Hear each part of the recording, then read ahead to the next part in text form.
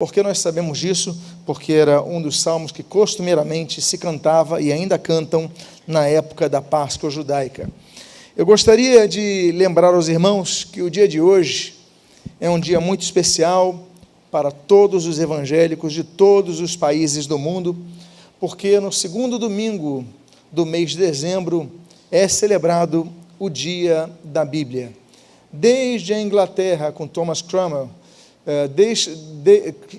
desde a época do rei Eduardo VI, que se instituiu o livro da oração comum, e nesse livro, que começou a padronizar o culto anglicano, se estabeleceu esse domingo como um dia que os púlpitos da Inglaterra, da Grã-Bretanha, das suas colônias, iam se exclusivar a falar da palavra de Deus.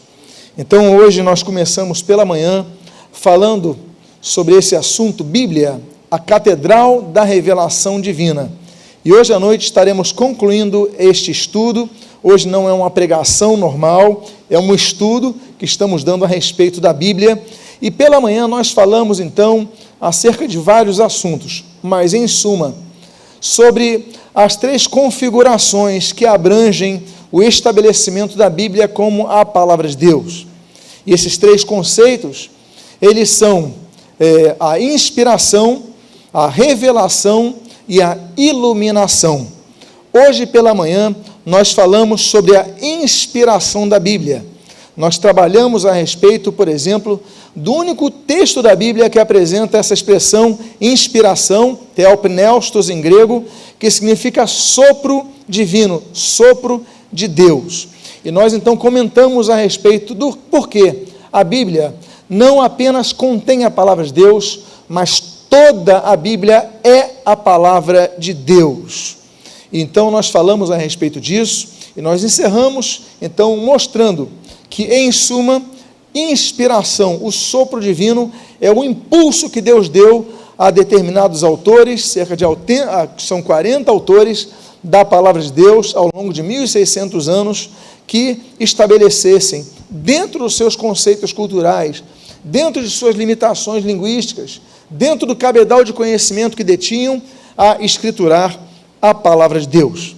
E nesta noite, então, nós daremos continuidade e nós falaremos a respeito do segundo aspecto. Nós falamos da inspiração e hoje nós falaremos, então, da revelação.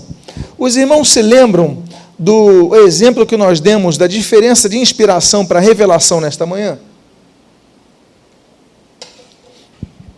A inspiração é o impulso para que eles registrassem coisas. E de tudo que registraram na palavra de Deus, que é plenamente inspirada, existe o âmago de tudo, é a revelação divina. O termo revelar, vem de revelação, ela traduz-se de duas palavras, duas expressões, ré e véu. Já falamos sobre isso pela manhã, vou repetir à noite. Véu é uma cortina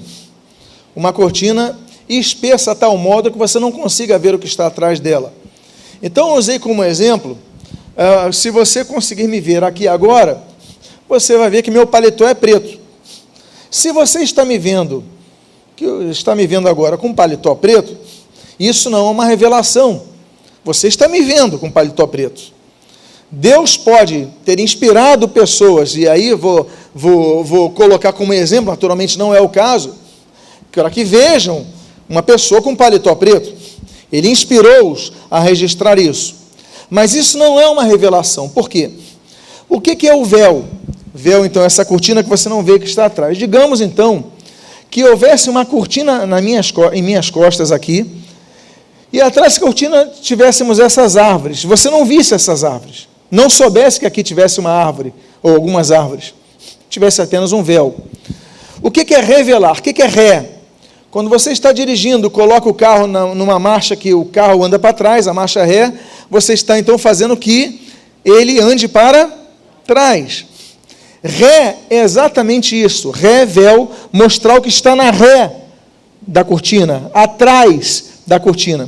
Então você apenas vê uma cortina, não vê as árvores, mas o Espírito Santo revela ao autor inspirado, dizendo o seguinte: olha, está com paletó preto, mas ele também tem atrás dele as árvores.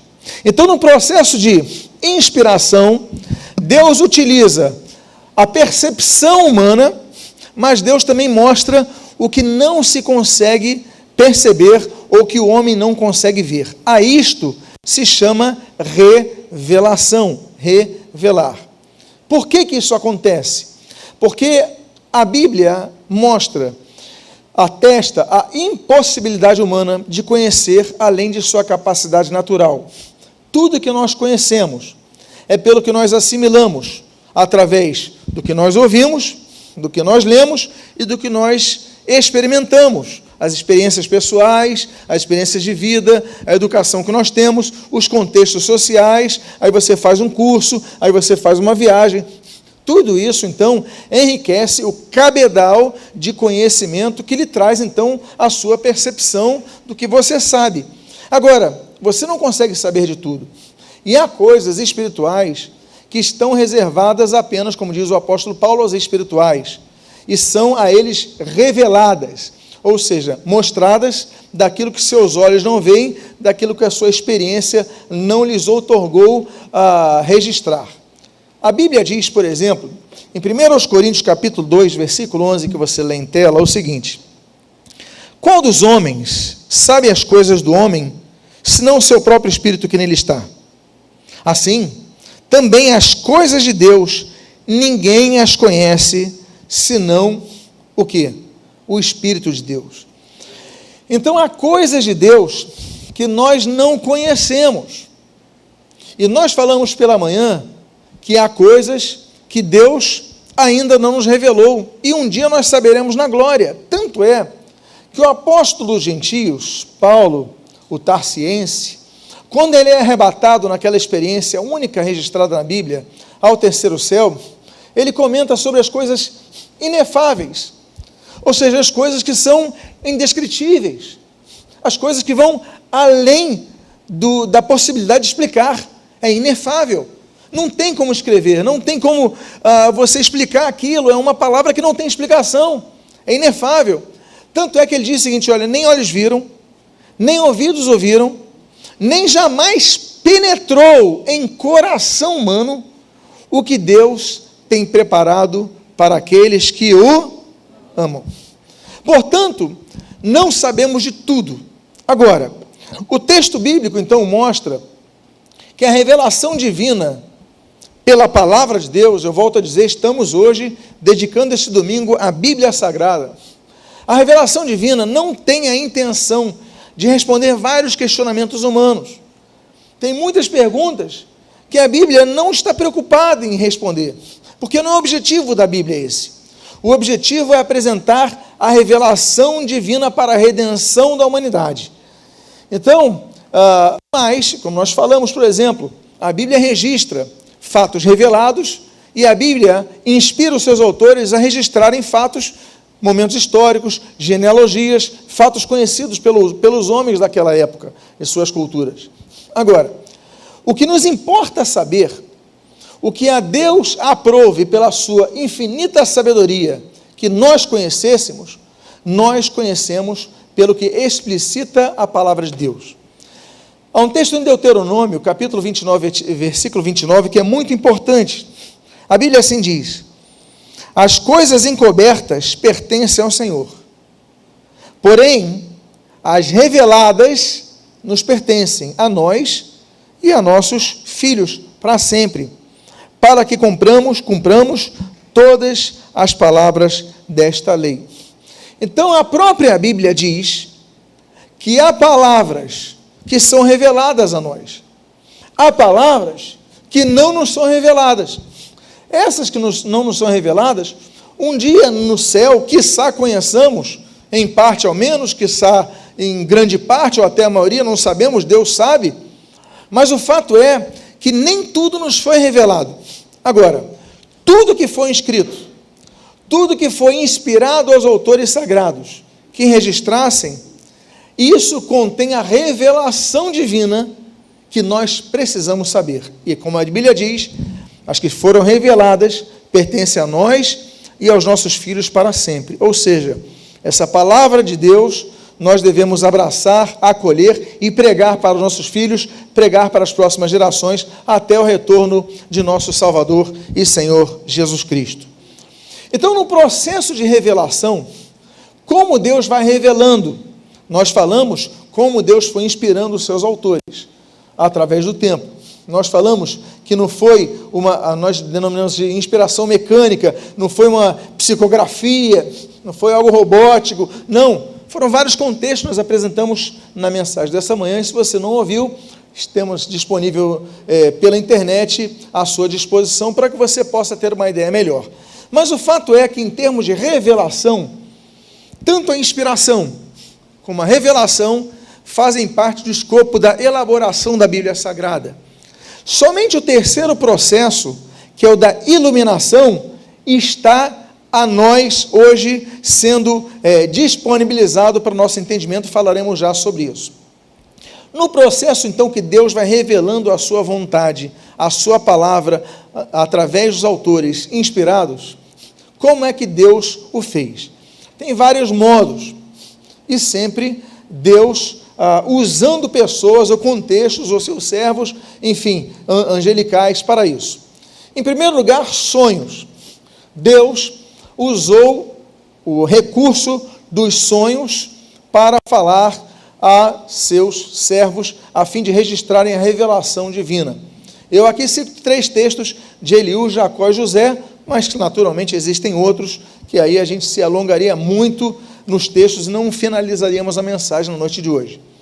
Esse primeiro texto, por exemplo, nós lemos o seguinte, Jó capítulo 33, versículo 14 a 16. Pelo contrário, Deus fala de um modo, sim, de 2 modos, mas o homem não atenta para isso. Em sonho ou em visão de noite, quando cai profundo sono sobre os homens, quando adormecem na cama, então lhes abre os ouvidos e lhes cela a sua instrução. Então nós vemos que Deus utilizou de sonhos para falar coisas aos seus filhos. Deus é um Deus que fala em todo momento. O Espírito Santo, ele não tira folga, ele trabalha em todo momento.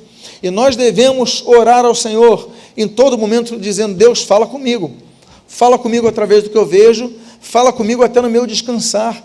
Quantos aqui já tiveram sonhos de alguma coisa que no sonho, quando você acordou, você anotou, você agilizou para aquilo, e aquilo gerou algo positivo e abençoador na sua vida? Quantos aqui?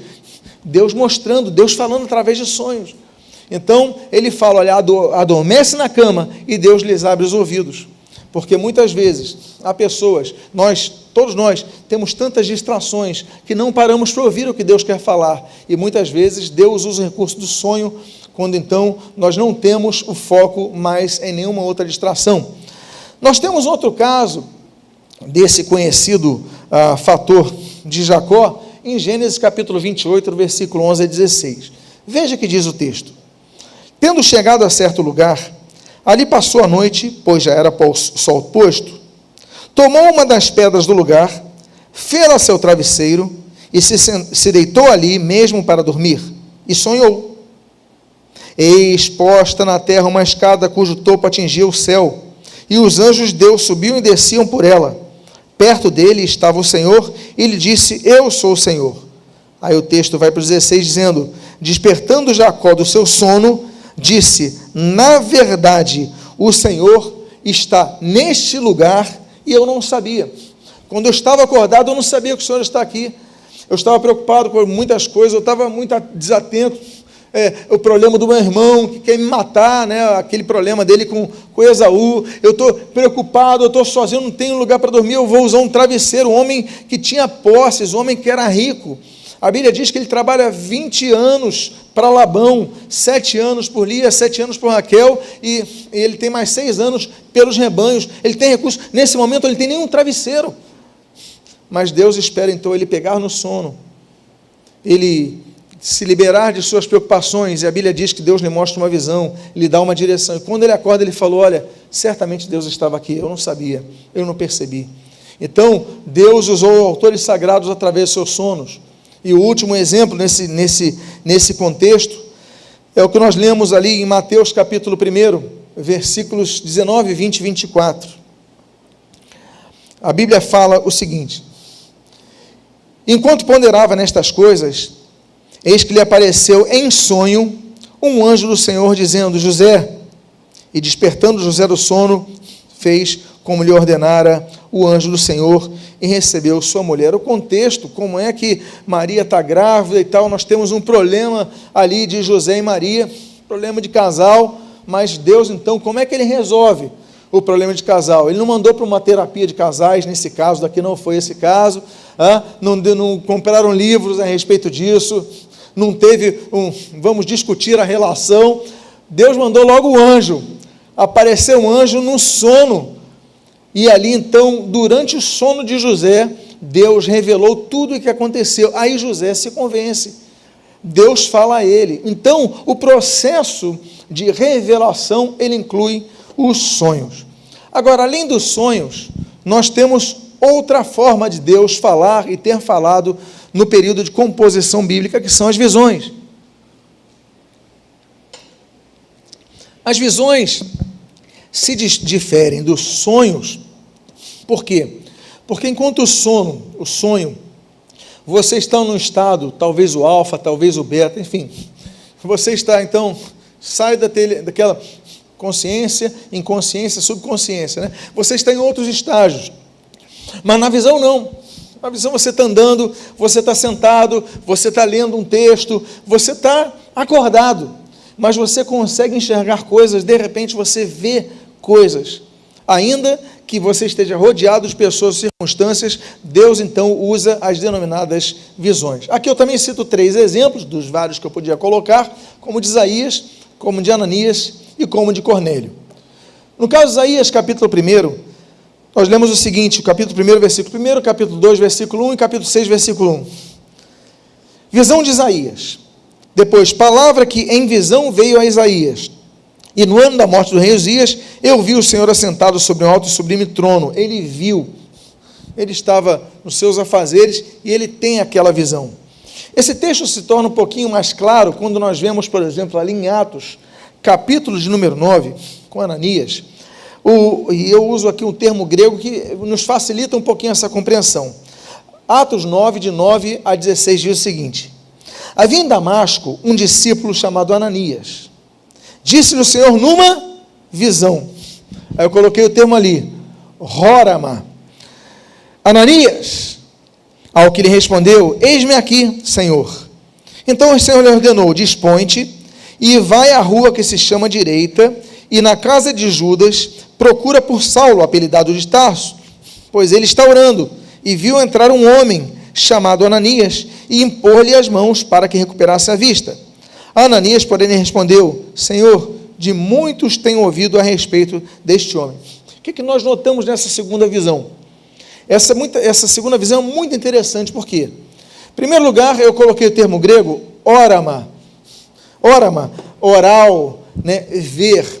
Não é só enxergar. O termo grego, enxergar, eles podem usar blepo, por exemplo, que é uma palavra para você enxergar. É você observar o que está ao seu redor. Mas estamos falando de olhar, de perceber o sentido do que está aparecendo à sua vista. Tanto é que Rorama ali vem da palavra, a raiz dela é oftalmos, que em grego é olhos. Ou seja, visão é algo que você enxerga de maneira clara, ainda que não esteja dormindo. Não apenas passa pela mente, ele passa pelos olhos.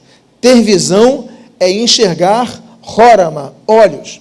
Segunda coisa muito interessante nesse texto de Ananias, quando Deus manda Ananias ir na casa de Judas, onde estava Saulo, numa rua lá de Damasco, chamada Rua Direita, nós notamos algumas coisas. Ele não apenas tem a visão, mas ele ouve a voz do Senhor. Então, ele vê com seus próprios olhos algo que aparece. Além de ele ver, ele ouve a palavra de Deus, e no final do texto, nós vemos ele falando. Ananias, porém, ele respondeu. Há um diálogo. Então, isso é uma percepção que a revelação, através de visões, fornece. Tanto é que tem coisas que você está vendo e outras pessoas não estão vendo ao teu redor, porque Deus traz uma revelação àquele autor bíblico. Ele via, outros não viam. Ele registrava, ele ouvia, anotava. E tudo aquilo, volto a dizer, nós falamos hoje do processo de inspiração. Tudo que foi registrado foi sendo confirmado pelas Escrituras. Um livro escrito em 1600 anos, 40 autores, um nos palácios, outros na masmorra, um na prisão e no exílio, outros no campo, com tranquilidade, em tempos de paz, em tempos de guerra, em tempos de perseguição, em tempos de alegria, em tempos de tristeza. Parece, apesar de tudo isso, dessas discrepâncias, 3 continentes diferentes, mas apesar de tudo isso, formações diferentes, nós temos reis, nós temos boiadeiros, nós temos pastores, nós temos pescadores, nós temos estadistas, nós temos todas as formações, mas parece que apenas é um único livro, uniforme em sua mensagem. Então essas pessoas que tiveram essa revelação e registraram isso, aí você fala, mas será que depois disso vai sendo confirmado? Mostra que realmente eles foram inspirados por Deus para registrarem essas revelações. E nós temos um outro caso, por exemplo, de Cornélio, Atos capítulo 10, o versículo 8, primeiro ao versículo 8, nós vemos assim: observou claramente, numa visão, cerca da hora nona do dia, eu botei a hora nona do dia do sistema judaico, é às 3 da tarde, ou seja, no meio do dia.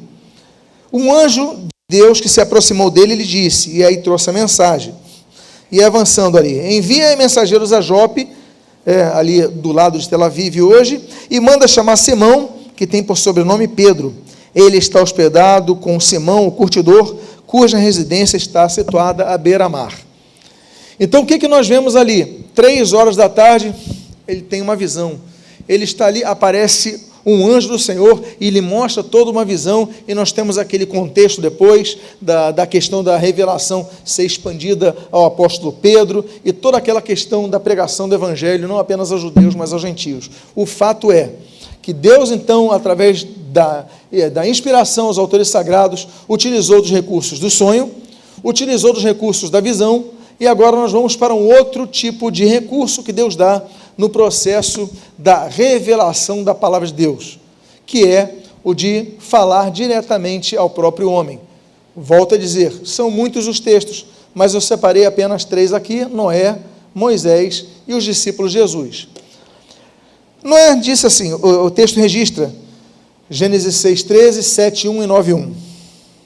Então disse Deus a Noé, depois disse o Senhor a Noé, abençoou Deus a Noé e a seus filhos e lhes disse, ou seja, de voz audível, claramente distinguível, e o que Deus disse, ele fez.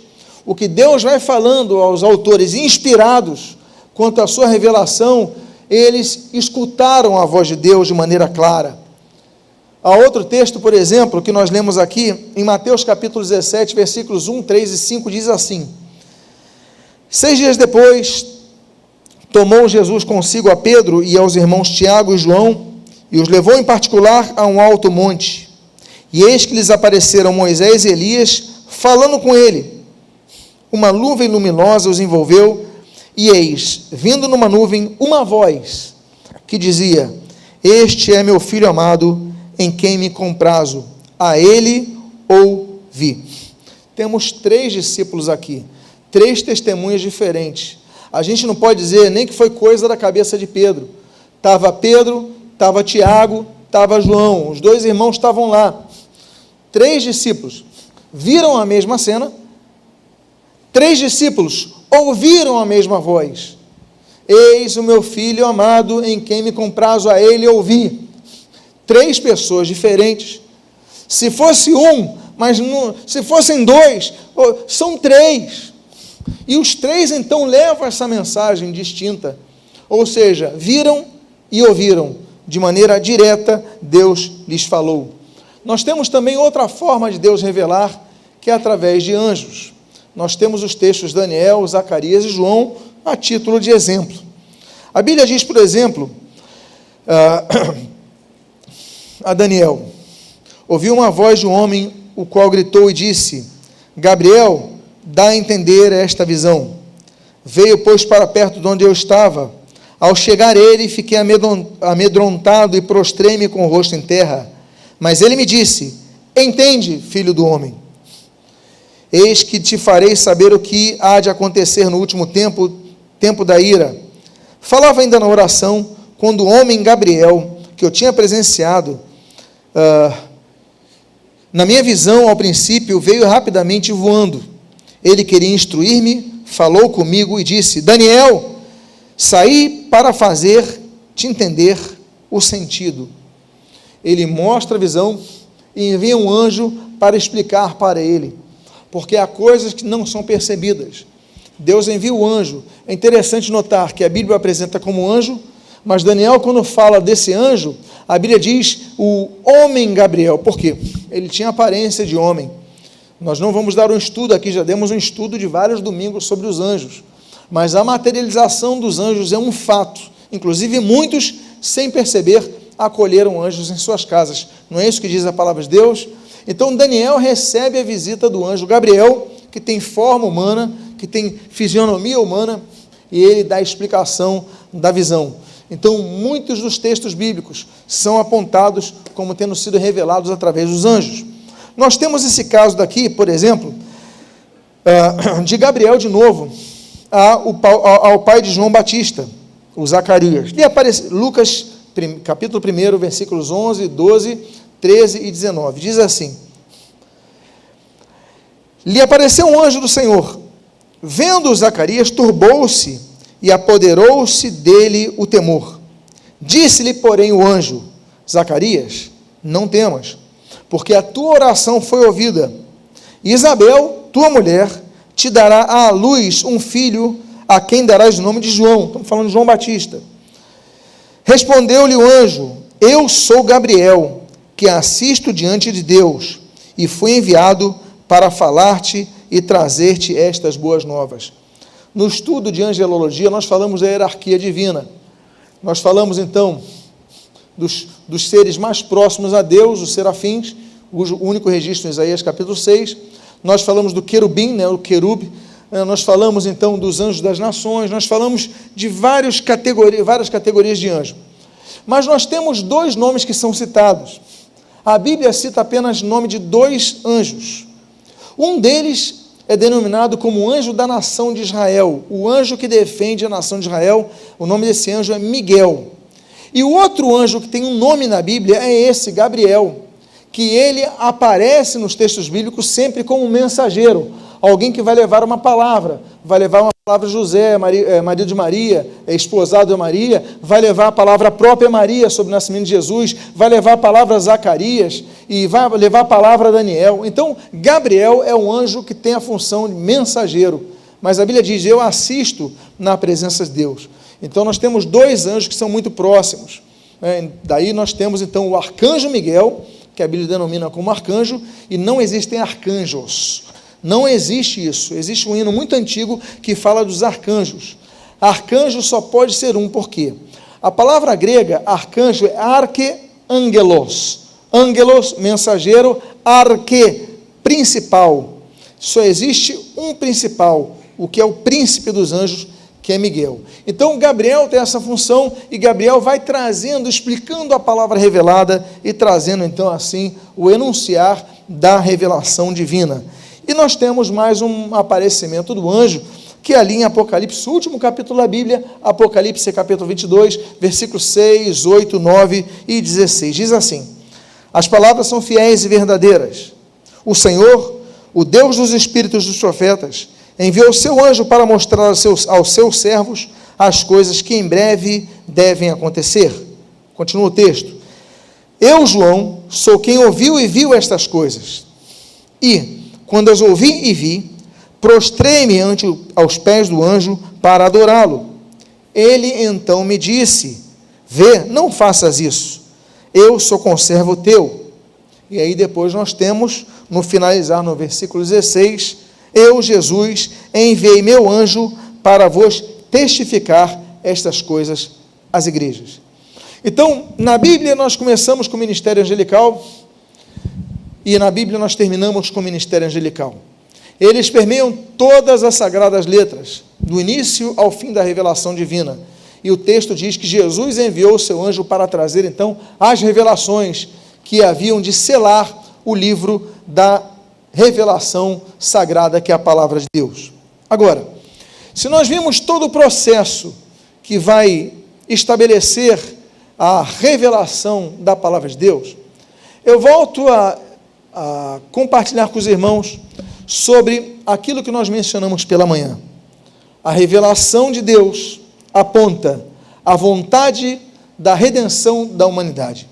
Por isso, que existe sonhos, visões, profecias, leitura, tudo isso faz parte do âmago da revelação divina, mas tudo aponta para a chamada revelação máxima e plena, e essa revelação máxima e plena é Jesus. Jesus é a revelação máxima que a humanidade um dia já pôde ter.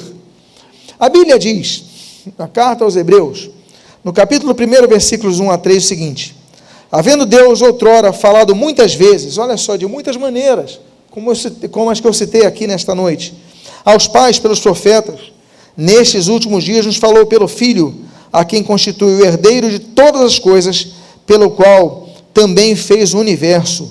Ele é o resplendor da glória e a expressão exata do seu ser.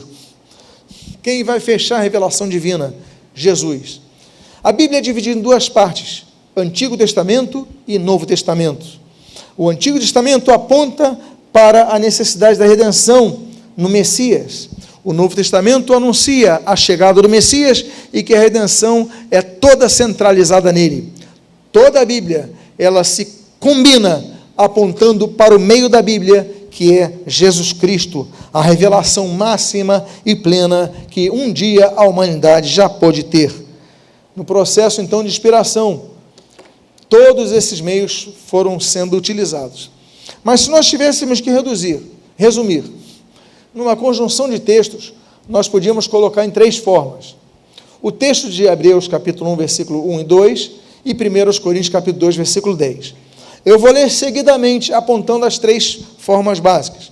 Diz assim: havendo Deus outrora falado muitas vezes, de muitas maneiras, aos pais pelos profetas, nos últimos dias falou pelos filhos, ou seja, Deus usou os profetas, Deus usou os nossos pais na fé, os patriarcas, Deus usou todos eles. No último dia, o culminar de tudo, o Messias profetizado, aliás, desde Gênesis capítulo 3, versículo 15, e através de todos os livros do Antigo Testamento, falam daquele Cordeiro de Deus que tiraria o pecado do mundo, como o próprio Êxodo capítulo 12 anuncia o Cordeiro Pascal, e toda a Bíblia vai falando a respeito disso, de Jesus. E a Bíblia então diz: mas Deus não o revelou pelo Espírito, olha só, porque o Espírito a todas as coisas prescruta, até mesmo as profundezas de Deus. Então nós temos Deus Pai falando através de sonhos, através de visões, um método inspirativo, conduzindo pessoas a registrarem. Nós temos Deus Filho, a revelação máxima e plena, tudo o que nós precisamos, Jesus, autor e consumador de nossa salvação. E nós temos o Espírito Santo, que tem a função de glorificar a Cristo e anunciar a redenção através dele. E aí nós temos, por exemplo, esses três textos que eu coloco aqui, falando da revelação anunciada pelo Espírito de Deus.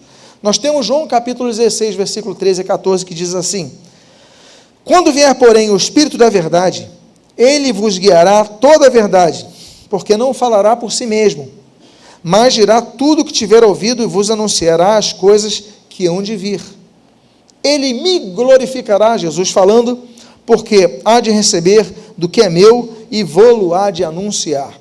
Então, a função do Espírito Santo na unidade trinitariana é anunciar a revelação máxima e plena, Jesus Cristo, glorificar a pessoa de Jesus Cristo e apontar o único Redentor da humanidade é Jesus Cristo.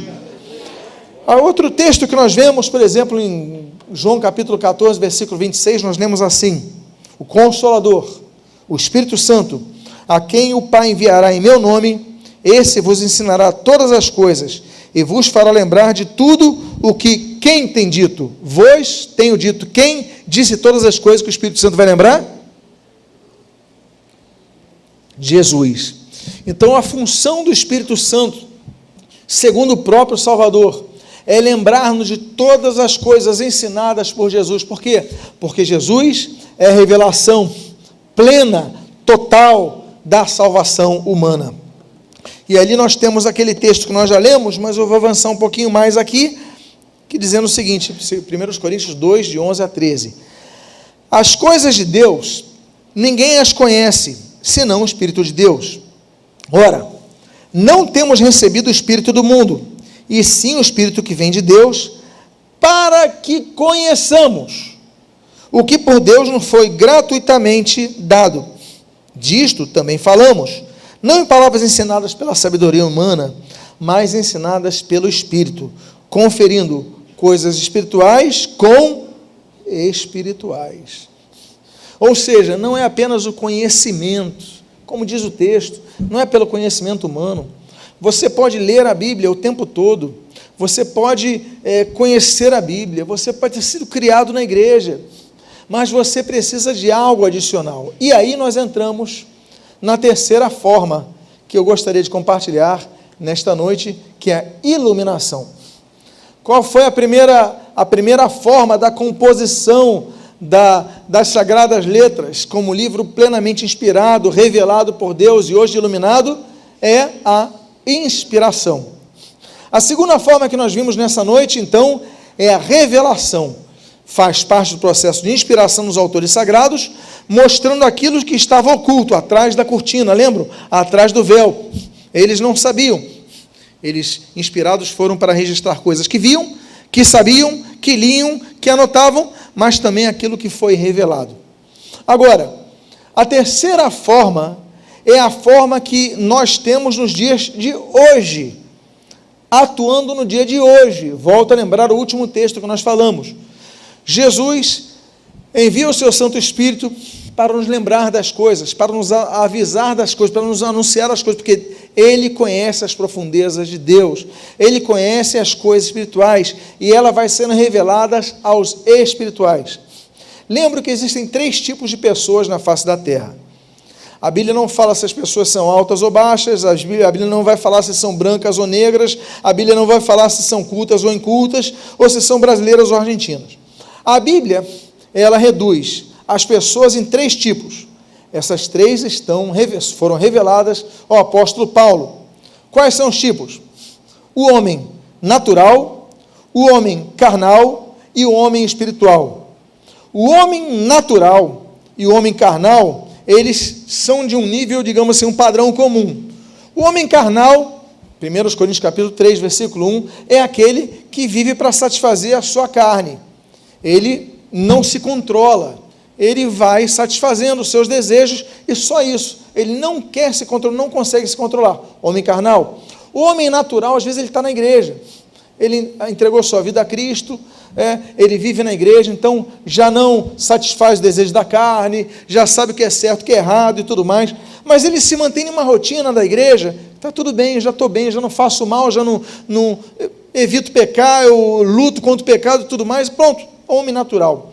Mas existe uma terceira categoria, que é o que o apóstolo Paulo fala, que é o homem espiritual. A esse, o Espírito vai revelando coisas espirituais, que o homem natural não consegue enxergar.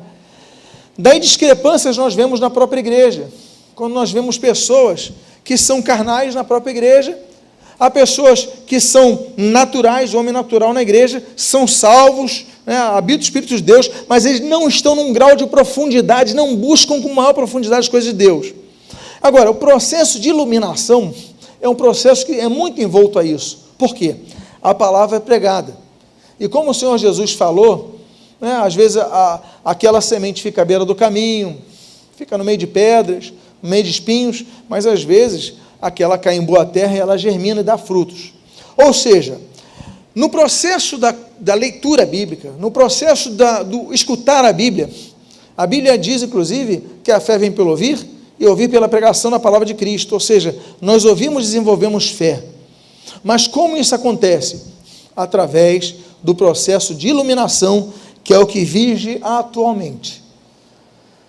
Enquanto a inspiração capacitou os escritores, a iluminação capacita os leitores da Bíblia.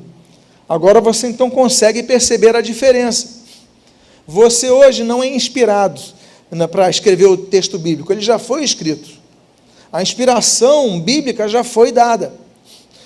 Então, a inspiração foi sobre os escritores. Agora, a iluminação é sobre os leitores. Quando nós lemos, ou os ouvintes, quando nós ouvimos a palavra com o coração aberto, dizendo, Deus, fala comigo nesta noite, você pode sair de um culto tão vazio como entrou. Você pode sair de um culto cheio de seus preconceitos. Eu lembro que nós temos um pastor que era surdo-mudo. Ele foi ordenado, eu achei isso maravilhoso, porque o pastor que ordenou reconheceu nele o seu chamado pastoral. E uma vez ele foi pregar e, naturalmente, ele fazia a sua comunicação pelas mãos e uma pessoa traduzia. E acabou o culto e tal, e eu falei assim, que palavra abençoadora, eu fui muito edificado por essa palavra. Aí outra pessoa falou, e eu não entendi nada. Eu falei, mas estavam traduzindo, a pessoa focou mais na limitação do irmão do que na tradutora que estava traduzindo o que ele dizia. Mas o que nos importa é que a palavra de Deus foi transmitida.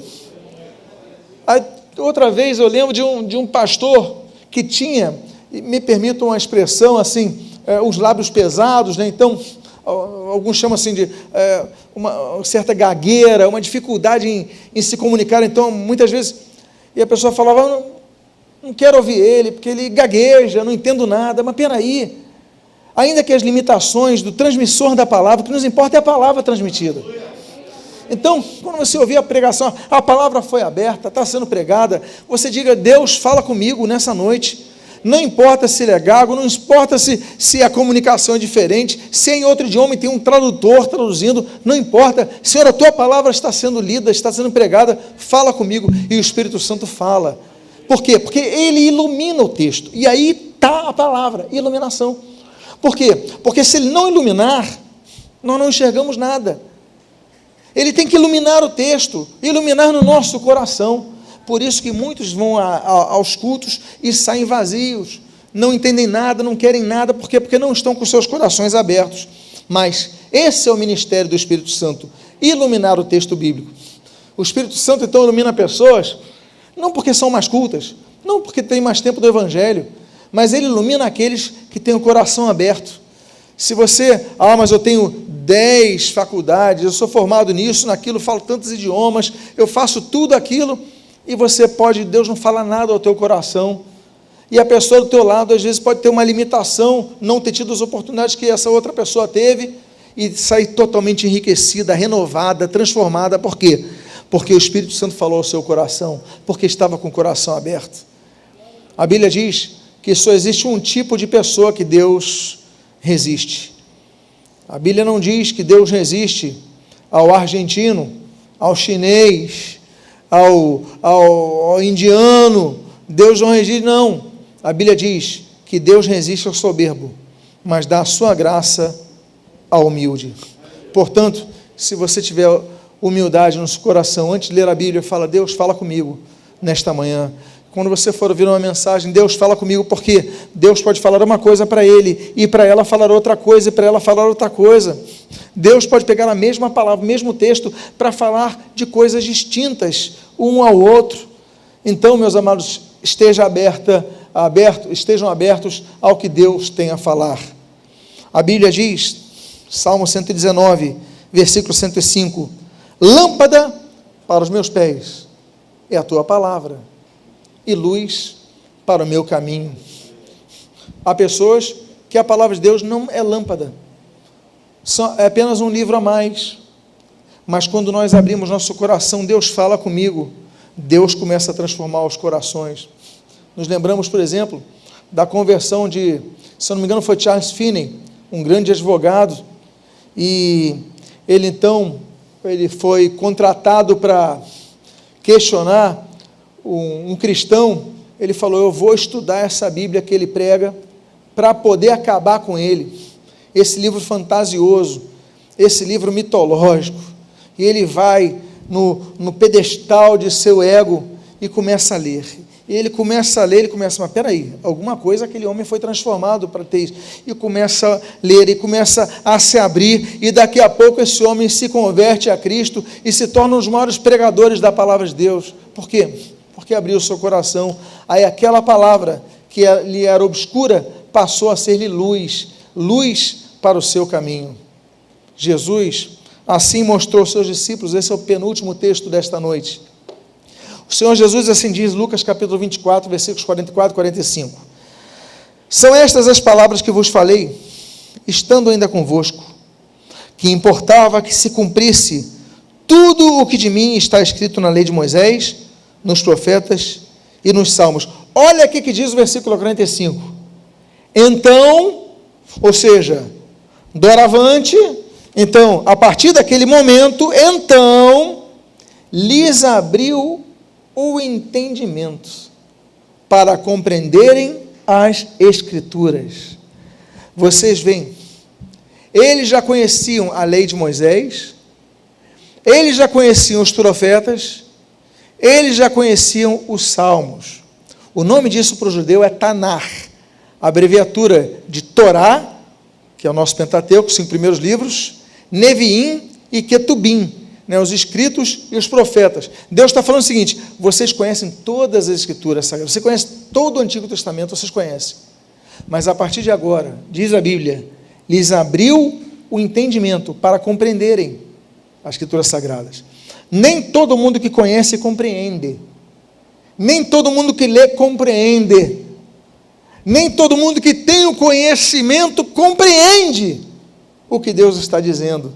Então, Jesus lhes abriu o entendimento. Isso é fundamental para que nós entendamos porque nós temos um povo que ama tanto a Bíblia, que é transformado pela Bíblia.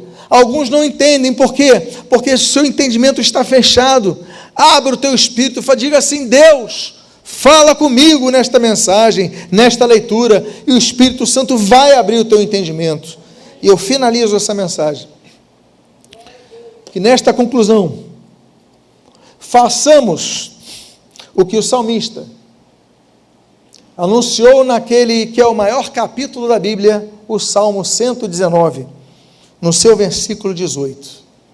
Eu quero encerrar com esse texto, dizendo: olha que bonito que ele escreve, olha que coisa linda que ele escreve nessa bela canção. Ele diz: desvenda os meus olhos, para que eu compreenda as maravilhas da tua lei.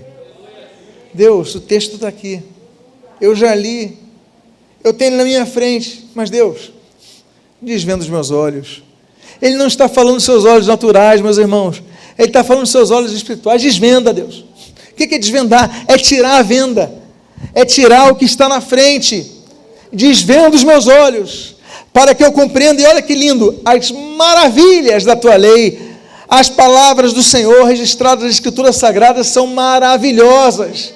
Às vezes a gente lê, não compreende, porque a gente não ora. A Bíblia é um livro espiritual, e para ser lido, deve ser lido de forma espiritual, não apenas informativa. Você tem que orar ao ler a Bíblia, ao ir ao culto, ouvir uma palavra, ouvir uma música, até uma canção. Deus fala comigo, e Deus então vai quebrando as coisas, vai quebrando as correntes, falando ao nosso coração essa palavra libertadora. Eu convido a que você fique de pé nesta noite.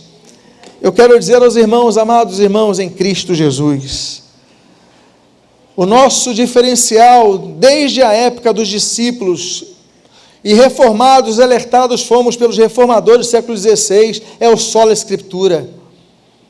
Mas não basta o escrito pelo escrito, mas nós devemos pedir ao Senhor: Deus, fala comigo, fala comigo, fala comigo em todo tempo. Eu amo a tua lei, mas Deus, desvenda os meus olhos para que eu contemple as maravilhas da tua lei. Que você possa orar dessa forma.